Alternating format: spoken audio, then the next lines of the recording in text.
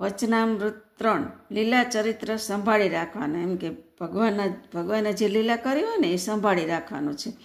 સંવંત 1876 માગસર સુદ છઠને દિવસ શ્રીજી મહારાજ શ્રી ગઢડા મધ્યે દાદા ખાચરના દરબારમાં રાત્રિના સમયે વિરાજમાન હતા અને શ્વેત વસ્ત્ર ધારણ કર્યા હતા અને પોતાના મુખારવિંદની આગળ મુનિ તથા દેશ દેશના હરિભક્તની સભા ભરાઈને બેઠી હતી.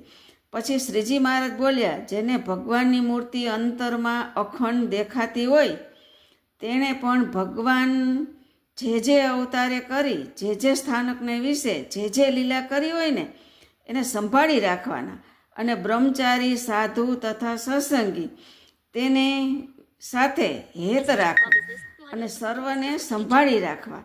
તે શા સારો જે કદાપી દેહ મૂક્યા સમયે ભગવાનની મૂર્તિ ભૂલાઈ જવાય તો પણ ભગવાન જે સ્થાનકને વિશે જે લીલા કરી હોય એ આપણને સાંભળી આવે. જો સાંભળી આવે અથવા સત્સંગી સાંભળી આવે તથા બ્રહ્મચારી સાધુ સાંભળી આવે તો તેને યોગે કરી ભગવાનની મૂર્તિ પણ આપણને સાંભળે. ભગવાને જે લીલા કરી હોય એને આપણે યાદ કરીને તો અંત સમયે આપણને ભગવાનની મૂર્તિ સાંભળે આવે અને તે જીવ મોટી પદવીને પામે અને તેનું ઘણું રૂડું થાય.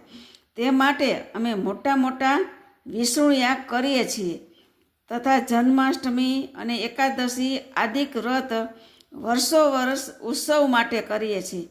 તેમાં બ્રહ્મચારી સાધુ સત્સંગી ભેળા કરીએ અને જો કોઈ પાપી જીવ હોય તેને પણ જો એમની અંતકાળે સ્મૃતિ થઈ આવે તો તેને ભગવાનના ધામની પ્રાપ્તિ થાય છે.